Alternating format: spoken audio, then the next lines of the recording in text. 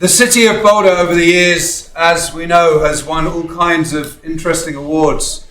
Best place to live, fittest city, and of course the worst dressed city. And let me look at you. It's Shabbos. And you know, in all seriousness, you go to other places in like on the East Coast or in London, and people already dress up for shul, you know, put on their suits and their ties. And this is not meant to be a judging sermon at all, but there's the reason, this whole idea of kavod and tiferet, which I find so fascinating. As I mentioned earlier, the word tiferet is used for the very first time in the Torah in this week's parsha to describe the clothing of the Kohen Gadol. And it says, lekavod ul tiferet. Some people who really do dress up, you know, and put on ties and all of that kind of thing for Shabbat, they say it's lichvod Shabbat HaKodesh. In honor of Shabbat, I'm going to dress up in a different way than I do in the week, right? But so there's something about this concept of kavod and tiferet that is very, very important in terms of the quality of these clothes. And I'm going to talk a bit more about that. We've talked a little bit about it, but the whole idea of having clothing, not as a way to hide something, not as a way of deceiving. As I mentioned earlier, it's the first time that the Torah mentions clothes, not in a way of deception. Because as I mentioned, you know, a beged, which is an article of clothing, the root meaning of beged is about deceit or deception. So the idea that clothing can cover up, can hide a truth, and clothing can also reveal a truth, as in dressing as your favorite hero or villain on Purim, and coming and bringing in some aspect of yourself that we don't usually see, which is one of the essences of Purim. In the world of theatre, which, as I think you all know, was my world originally, the whole idea of a mask in the ancient Greek, Roman, in the Japanese theatre, the idea of a mask is not to hide. The idea of a mask is actually to reveal a deeper truth. And when I was in theatre school and we do this mask work, you actually put on a mask and then you look at yourself in a mirror and you see your body moving in a whole different way. There's something else. And I think there's some relationship to that because theatre and ritual and spirituality and religion are also very closely connected. So there is a theatricality to the description of the priest's clothes, but not as a way of, you know, pretending to be something else, but as a way to reveal a deeper truth. Big Day Kodesh, holy garments, the holy garments of the Kohanim. And the fact that this parsha is very often, more than not, is we read it right before Purim, is definitely an indication of the fact that we're all supposed to be getting our costumes ready for Purim, right? You see in a lot of the religious neighborhoods, you see very common costume is for little kids to be dressed as the Kohen Gadol, as the high priest, because we read, you know, the Shabbat before about those clothes, and you see the turbans and the breastplates and all of that.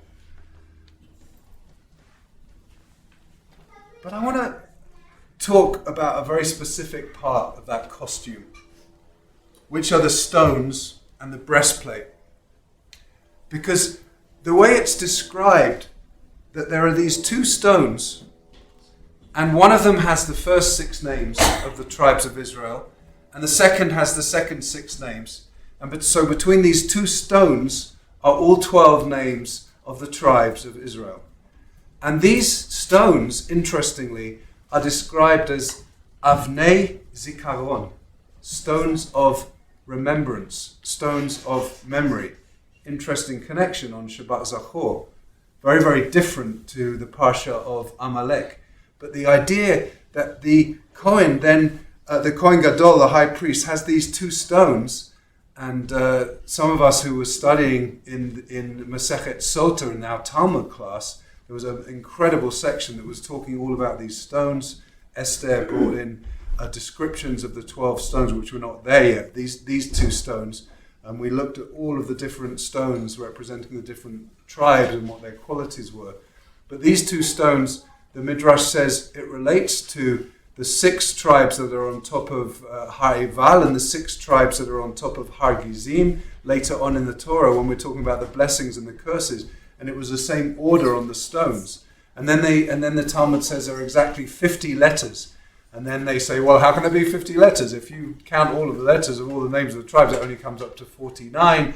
But they added another letter into Joseph's name, so it was Yehoseph and not just Yosef. And so you got to 50 letters written on these two stones that were on the shoulders of the Kohen Gadol, the Zikaron, as a remembrance.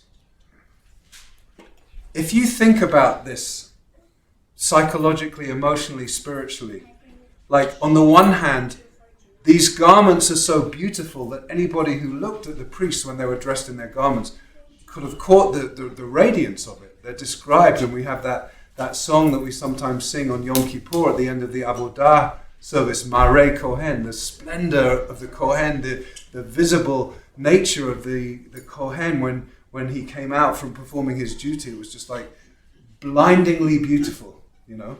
And so on one hand, you're like, well, why are we looking at physical beauty? Surely that's superficial, and that really Judaism is much more about hearing than seeing. Shema Yisrael, like it's about what we hear, not about what we see. And we know from the third paragraph of the Shema that our eyes can deceive us sometimes, but there's something about the ritual and the theatricality of these garments that is much, much more. It's a transcendent type of sight where people in the community would see these Kohanim and be so inspired and so brought to their own sense of holiness through seeing these garments of the priest.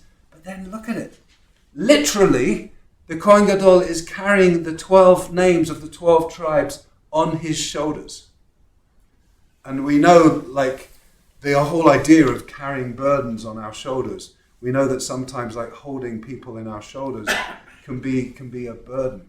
But the high priest is the Kohen. L'chachein li, said the Torah, like to administer to me, to serve me, to be in service for me. What is that service? That service is to carry the whole community on his shoulders. And then we get to the Choshen Mishpat, the so-called breastplate of, what was the translation here? The breastplate of inquiry, or the breastplate of what? Decision.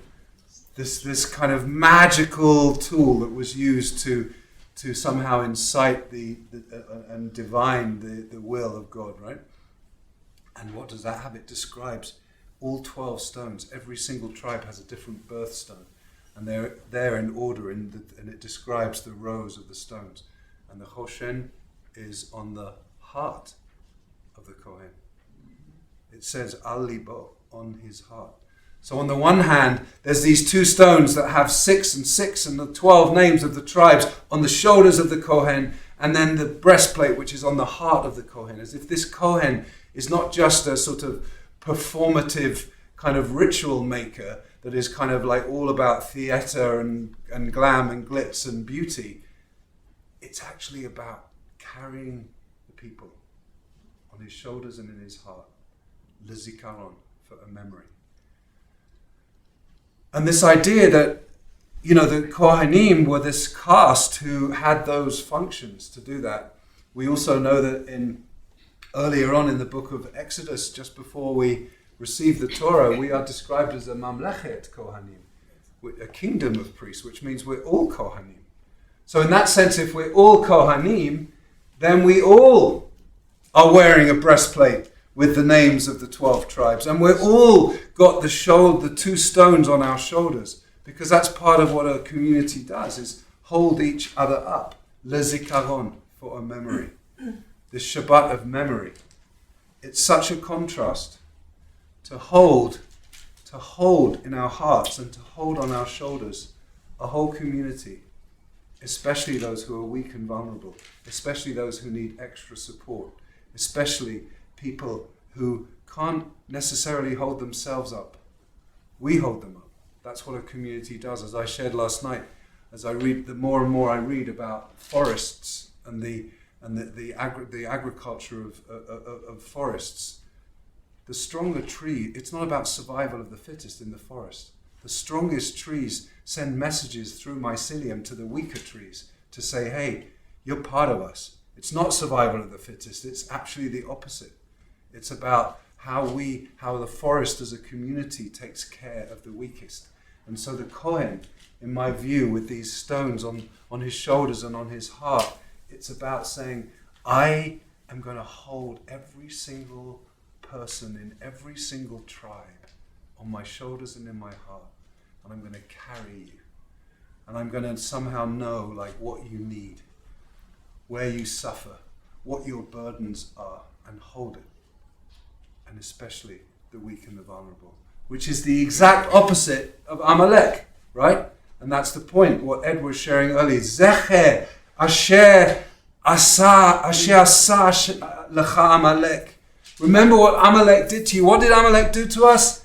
Attack the weakest and the most vulnerable at the back when they were tired and when they were in despair and when they were giving up. That's the energy of Amalek. Amalek, the reason we remember Amalek is because we remember that the opposite of being like a Kohen is being this evil force that attacks the weak and the vulnerable, like we saw in the West Bank this week. That horrific idea that we can take people when they are at their most weakest, at their most weak, and destroy them. And the whole idea of the Kohen having these incredible shining stones representing each tribe and holding them in his heart and on his shoulders. Rabbi David Seidenberg, my friend and colleague, who some of you know because he's been to Boulder many times, he wrote a beautiful piece on this parsha that is based on the idea that later on in the parsha, the bit that we didn't read, when the priests are kind of inducted into the priesthood, this sort of ordination ceremony involves putting blood on the thumbs and the big toes and the earlobes. It's a strange ritual. Maybe that's certainly not how I was ordained as a rabbi, but it's. But what he says is that blood, throughout the Torah, blood represents nefesh kol chai, represents the universality of life. And so he says, and I think this is brilliant and beautiful, that the Kohen Gadol, and then all of the Kohanim, and by extension all of us, are not just administering to the Jewish people or the Israelites, but to all of creation. And that actually we, by having those breastplates with the 12 tribes, that is symbolic of those particular, the particular identity of the Israelites, but we're also, the Kohanim are also having non-Jews in the world in their heart and on their shoulders, and having the aching heart of creation itself, the aching heart of the earth on their shoulders and in their heart, of all of animal life and plant life, that somehow the Kohanim, if we really take that message of Rabbi Seidenberg into this sense of a universal priest, not just a particular priest, there's something very powerful and compelling about that, I think. And some of it's achieved through kavod and tiferet. Tiferet, this beauty, this balance, this harmony. In Kabbalah, Tiferet is the central column on the tree of life, and Tiferet is the balancing force between extremes, the force that allows balance and harmony to exist in the world. And in a sense, that's a very powerful part of the role of the high priest, to balance and create harmony through all ripples of the created world, human, animal, plant, bird, fish, and not just administering to the Jewish people. This is not a common interpretation. Most people would see historically the role of the high priest being to minister specifically to the Israelite people.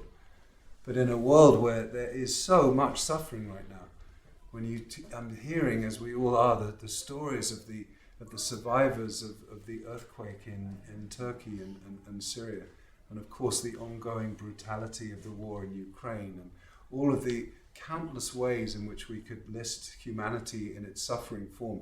Can you imagine what that would be like? To have a Kohen Gadol, a high priest, who's not just thinking about the Jewish people, but thinking about the whole universe? And the idea of those stones not just being about the 12 tribes, but about all of the created world? I find that very powerful and compelling. Le Zikaron.